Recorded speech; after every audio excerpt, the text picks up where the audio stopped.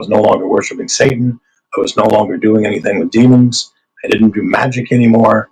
I was 100% on board. I believed in the true presence. I knew it was the true presence because I could see Jesus. Billy wants to know if you've got a story about Hillary Clinton at the Bohemian Grove. Yes, I do. Strange you would ask me that and not know the answer. So I was at Bohemian Grove in 1992. I saw a bunch of presidents when I was there. But in 92, Bill Clinton was there. And he's sitting at a table eating. Of course, what else would he be doing? And I keep walking by this table. And I keep seeing this cake that I want some of. Every time I walk by, when I first walk by it, it's like 15 layers.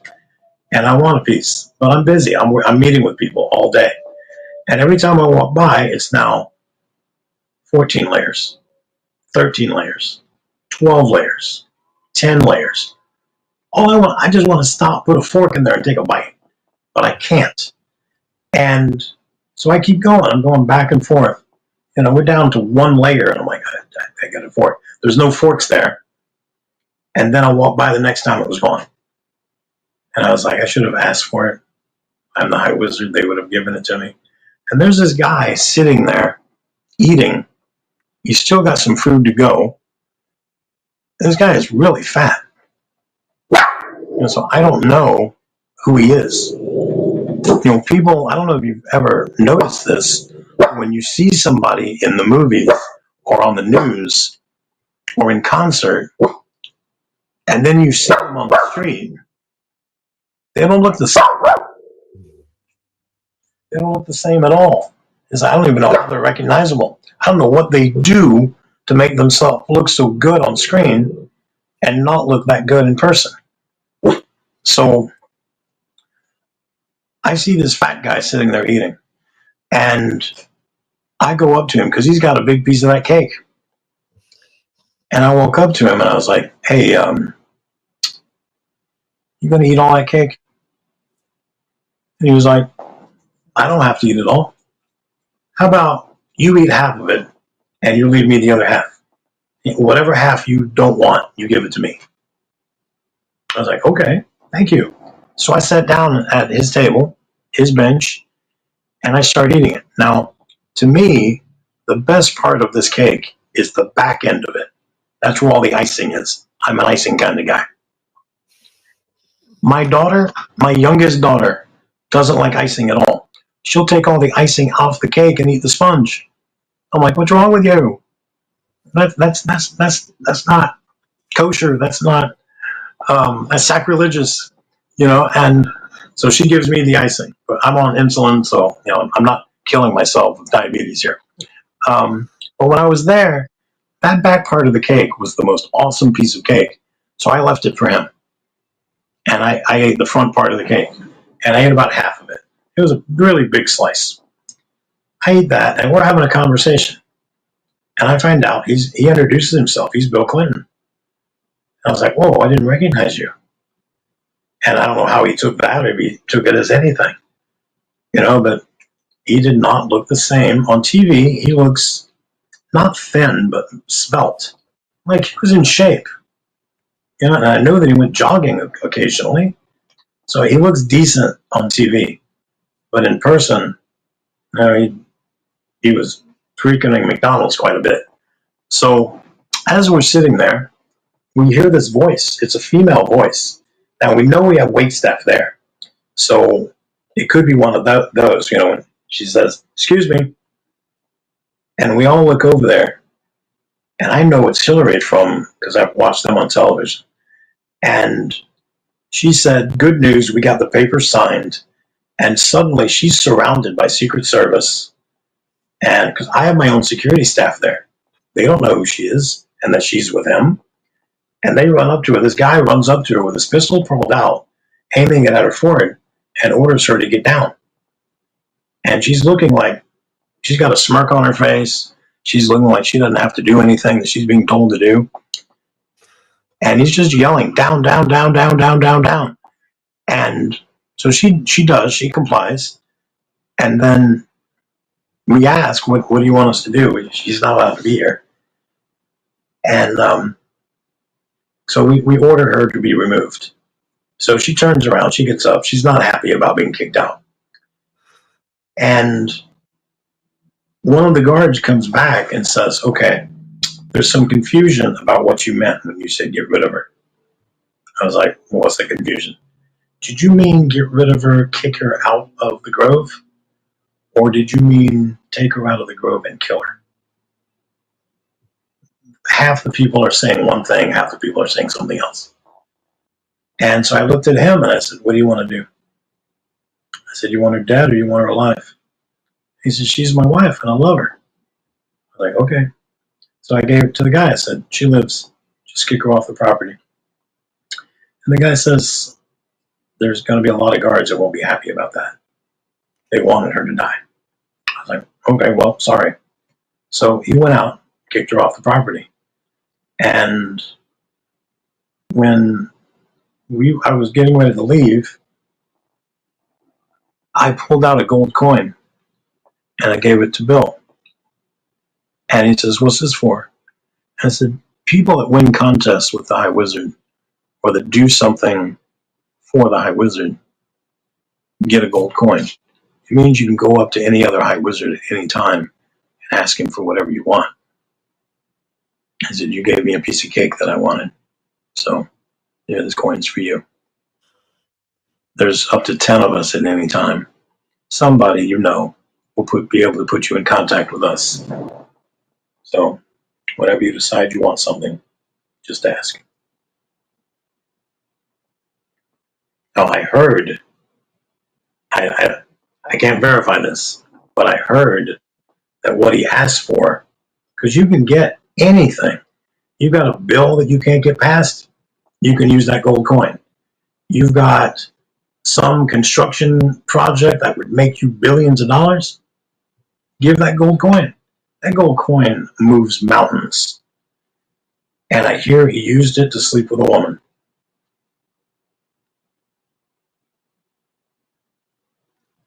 Wow, that's a hell of a story as well, Zachary. You've got a follow-up question on this from Seeger Frog, as to whether you know anything about the Clintons' relationship with the Rolling Stones. I don't know anything about the connection with the Rolling Stones, but I know that there was Hillary's limo driver. This would have been probably around 2016 or 15, came out and said that she belongs to a satanic coven out in California, and that the same coven she belongs to, one of the members of the Red Hot Chili Peppers and one of the members of Guns N' Roses go there. I don't know if those statements are true, but that's what he said. That's what I've heard. The Rolling Stones, I don't know, but I do know that a friend sent me a video of a Rolling Stones concert where you could see the High Wizard there. Wow. Karma's asking, why do demons and the devil want souls? Because demons and the devil hate us. And they want souls so that they can torture us for eternity and make us sorry that we did the sins we did and that we rejected God.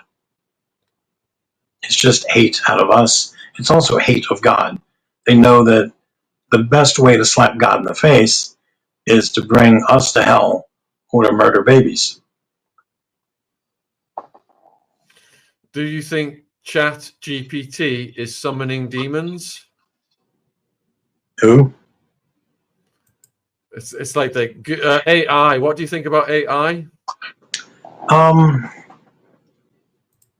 In our country, we had a kid that was using AI, and the AI creature, whatever it was, said that he said his name and said that he was a demon from hell and he worked for Satan, but that he wouldn't do anything bad to this kid. So the kid panicked and went and told his dad. His dad got the same response, and they talked to a priest. I think the same priest that mentioned Taylor Swift in an article also mentioned an AI demon, and that priest name is Father Dan Rehill. And there's a lot of Catholic priests and exorcists that are very anti-AI right now, because it looks like that demons have crossed over. I mean, we already know they do a lot of stuff with computers, but now they're doing AI stuff. What advice would you give someone struggling to leave everything behind? In what way are they meaning that? Or are they planning to die? Or are they planning to give up their wealth and follow Jesus? I don't know what they mean by the way the question is stated. Okay, next question is, do you know about MK Ultra and satanic mind control? I'm not sure if satanic mind control is actually something they can do. I know that a lot of people think they are. They think that Satan is changing their thoughts or their processes or how they think about things. But also a lot of the people that have those thoughts are schizophrenic. So schizophrenia is a mental disease that makes you think things that you see are real, but they're not. So you're hallucinating that you're seeing demons or police officers or some like the FBI in your house, but they're not really there. And you know, the demons that are coming to you and speaking to you is your mental disorder, not what's really happening. MK Ultra is real. That is a legitimate thing. I was the CIA in the military, and they really did work hard on that in the 50s and 60s. And I would imagine they're still doing stuff like that now. Deborah wants to know, why do they use little girls? For what? Why do they use little girls? For what, though? Why are they using little girls? I need to. In rituals, I think she means. Because they're the most innocent. You know, it's a slap in God's face as well. There's a process that happens when a child is under 6 years old. It's called a soul shattering ceremony. And if they can get a child's soul to shatter, it basically means that their personality splits. So now what used to be called MPD, multiple personality disorder, is now called DID, dissociative identity disorder. And if you get a soul shatter of like a 3 or 4 year old, she doesn't remember any of that happening. She might be traumatized, but she doesn't know why. And then at this point, she's 3 or 4. She's sexually abused probably most of her life. And then when she hits a certain age, she gets a phone call. She doesn't recognize the number. She picks it up, and they say a code word or a series of numbers, or they play a song on the radio or on the phone. They do something, and that clicks in her head.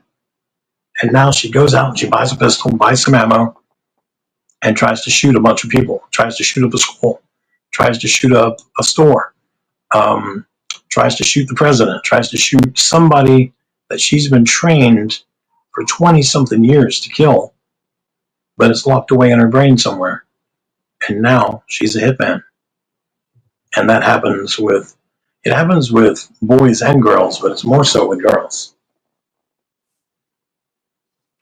Jen wants to know, is there any way you can have both wealth and live an honest spiritual life? Yes, if God gives you the money. If God gives you the money, God knows you're responsible with it, and you're a good person, and he wants you to have that money because you can help a lot of people. However, you know, if you got the money because Satan gave it to you, then you might want to think about how you spend it. Remember to tithe. That's 10% of your wealth. So tithe and help the poor. Help people that need help. I think even some of us that are poor to begin with, if we could, you know, give till it hurts, so to speak, I think that we would be shown mercy. Well said. Natalie wants to know, have you ever seen a Satanist die? And did they exhibit anything unusual? The only time I've come close to seeing that, I was at a satanic conference, probably early 90s. And we were staying in like a Sheraton hotel. I think it was the place we were at. It had like different levels. So like one part of the hotel had probably 12 floors. But the part where this guy was, he was about 2 or 3 floors up. And I was standing outside with somebody else. They all know I'm the High Wizard. I'm dressed like the High Wizard. And this guy opens up a window and says something about killing himself. And I'm looking at him and looking at the ground, and I'm thinking, if you jump down feet first, you'll probably break your leg, but I don't think you'll die. And then he jumps out the window. And he lands, like his head is at the far end, his feet are facing the hotel. And he just smacks on the ground. And I said, I know there's doctors here, go find one. And so they went and found the doctor. Doctor checks the person out and says he's dead. And I said, oh, okay. So then I levitated his body up on a table. And I had him rolled over. And I said, make sure he's dead. So they checked him. They said he's dead. He's not breathing. His heartbeat's not beating. What do you want to do? I said, I'm going to do some magic, see what happens. So I did some magic on him, and he startled awake. And so they had an ambulance come and get him and take him to the hospital. And I don't know if he was really dead or not. He hit pretty hard, and he looked like he was dead. But he woke right up once I did a magic spell. So I don't know if God allowed him to die and then made me think that I was all powerful and brought this guy back to life, or if the guy truly didn't die, or if the doctor was incompetent and thought he was dead and he wasn't. I don't have any idea. When he woke up, he seemed startled and he was sore. But, the ambulance crew wouldn't let him move and wouldn't let him sit up and took him to the hospital. I don't know what happened after that. Wow. Is murder a curse? The downside of murder is that if you're Catholic and you were going to go to confession in a week or so and you were murdered, the curse is you're going to hell. So you weren't able to go to confession and then you were murdered. Now, if you're on the way to confession and you're murdered, that should count. You should be shown mercy there because you were almost there and you were murdered. I would say that some murders would be included in a curse, because if you look back over your family tree and you notice that every whatever person in every line got murdered, then yeah, that'd probably be a curse. But a single one time you got murdered, it's probably not a curse. What does a Grand Wizard's attire look like? A Grand Wizard is a Freemason, and I have no idea what their attire looks like. All right. So, are the leaders and partners of the World Economic Forum Satanists? I couldn't say all of them are, but these people raise money so that they can, or affect money changing from hand to hand and across countries, and a lot of them is for the purpose of abortions. What does abortion have to do with poverty, with ending poverty? Because if you look at all the nations that have abortion with impunity, they're all poverty-stricken. So it's not stopping them. It's not improving their state of life. We have many areas of poverty here in the States, and we have 875 Planned Parenthoods. So it's not helping us either. Does the establishment worship 666? And is the Pope 666? The Pope is definitely not 666. If you recall, Jesus approves who the Pope is. You know, Jesus would not approve 666 to be the Pope. You know, there's amount of grace that becomes with voting for who's going to be the Pope and who we get. And I don't think we're allowed to get Satan or the Antichrist as the Pope. Question from Josh. How do you think we can practically overthrow the cult ruling the world other than becoming Christian? So can we overthrow them without becoming Christian? Do you think we can overthrow the cult? How can we practically do it other than becoming Christian? I'm not really sure what the question is. I mean, does it mean if we don't convert them to being Christian, we're not going to be able to overthrow the bad people? It is a bit vague. I'll move on to the next one. So, Natalie, is there any connection between cats and wizards? Not in an evil way. I mean, there's a movie, Constantine, and in it, he uses a cat to help him go into hell because he says cats are half in and half out all the time. But that's a movie. That's not accurate. During Halloween,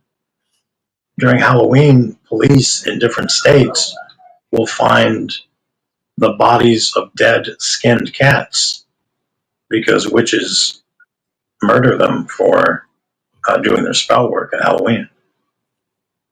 So they get the short end of the deal there. Mark wants to know, what do you think about free will? That's the reason so many people get possessed, because God will not violate a person's free will to stop them from getting possessed. It's like when a person decides they're going to play with a Ouija board or go to a psychic or use tarot deck or worship the devil, well, the results of doing that, the wages of sin are death. So, you know, God recognizes your free will, and you have the free will to do those things, but there's a result of the sinning you're doing. Now, you don't sin as often, you go to confession often, you'll be okay. Are you ever free once you've given into magic? No.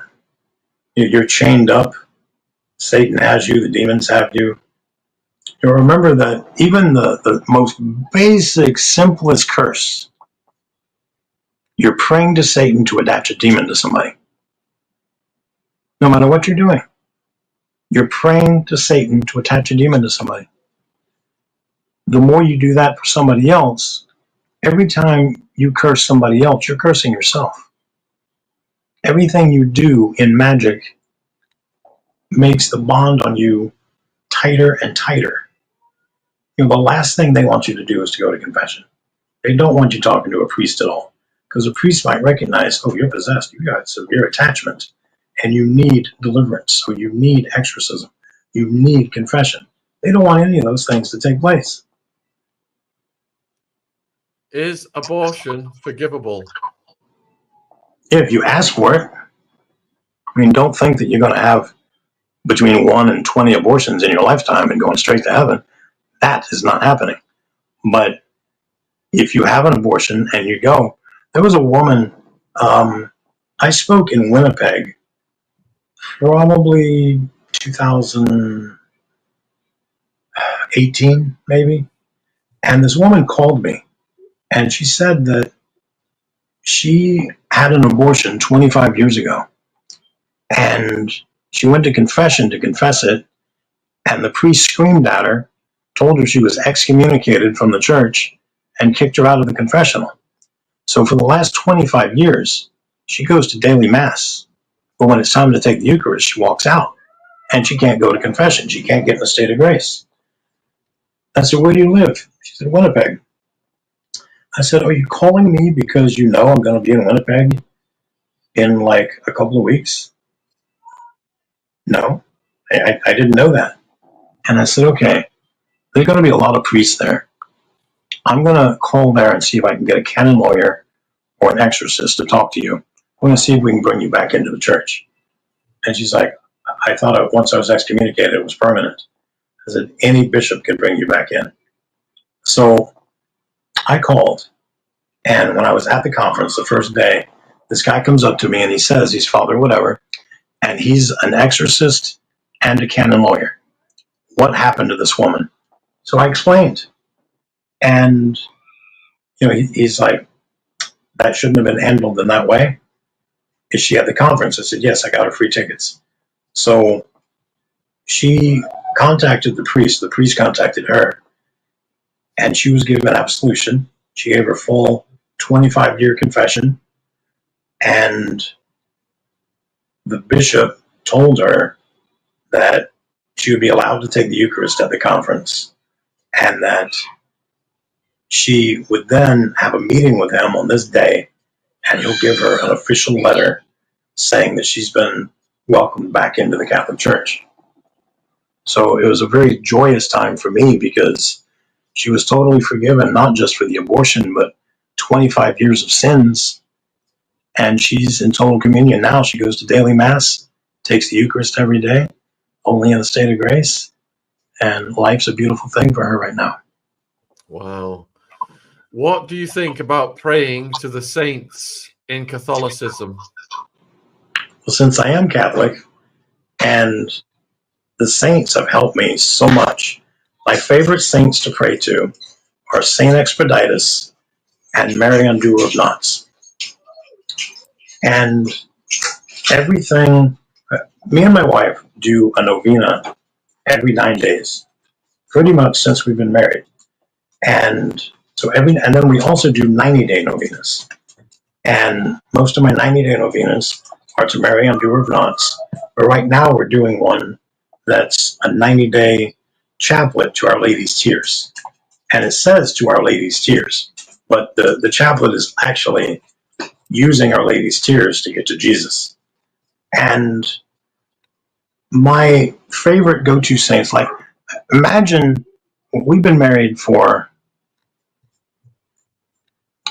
2 years and 3 months. So divide that by 9, and that's approximately how many novenas we've done. Whenever I do a novena, I make up my own. So I pray, whatever it is. Like, I had a woman that her mother wanted her to stop smoking cigarettes. She'd been smoking 3 packs a day. So I did a novena to Mary Undoer of Knots, so that on day 9, this woman would decide that these cigarettes are the grossest, worst thing she's ever had in her mouth. She doesn't want to smoke another one. She crumples up the cigarettes and throws them in the trash. But then to go with that, because I don't think that's enough of a prayer, I do a 5-decade rosary to go with it. And at the end of that, at the end of the 9 days, on day 9, the mother called me and she said, Mr. King, you're not going to believe this. She picked up her cigarette this morning and went to light up and said it was the grossest thing she'd ever had in her hand or her mouth. And she crumpled them up and threw them in the trash and she never wants to smoke again. That's what she told me this morning. As soon as she called me, I called you. So she was able to stop smoking on day 9. But like I said, I word my things. I word my novenas myself. And then I pray a 5-decade rosary to go with it. And I want to make sure that there's enough power behind this to do what I'm asking for.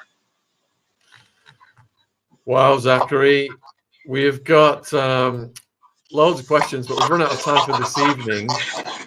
And is there anything you'd like to say in conclusion to the viewers? If you could post my phone number and my email address and my website. Conference.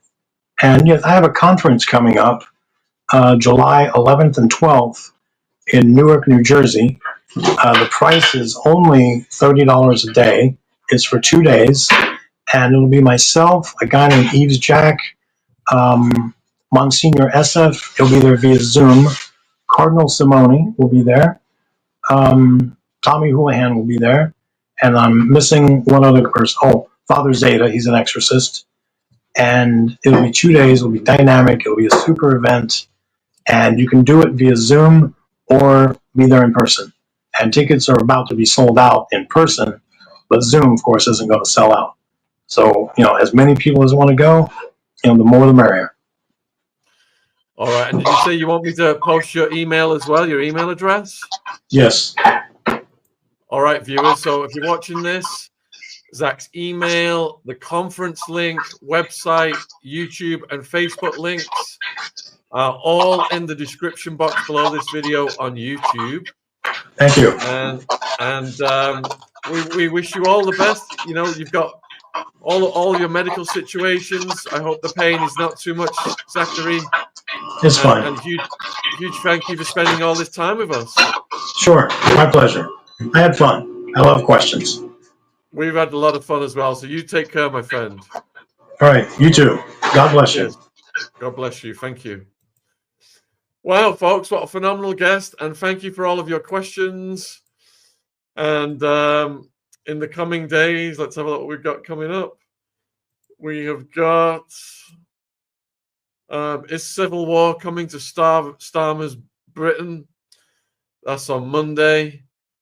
We have got Nathan Reynolds snatched from hell on June 30th. Born into a clandestine blood-stained legacy, he survived ritual abuse, manipulation, and assassination attempts. His true story chronicles his redemption through faith, the rescue of his family, and an unwavering mission to expose hidden evil and bring freedom to the oppressed. And then on July 1st, we have got some potential World War III discussion with Ryan Macbeth. So, wherever you are in the world, take care of yourselves. Look after the kids. Like Zachary said, these deviants are out to get them. And we got to do everything we can to protect the young ones. So, much love, everyone.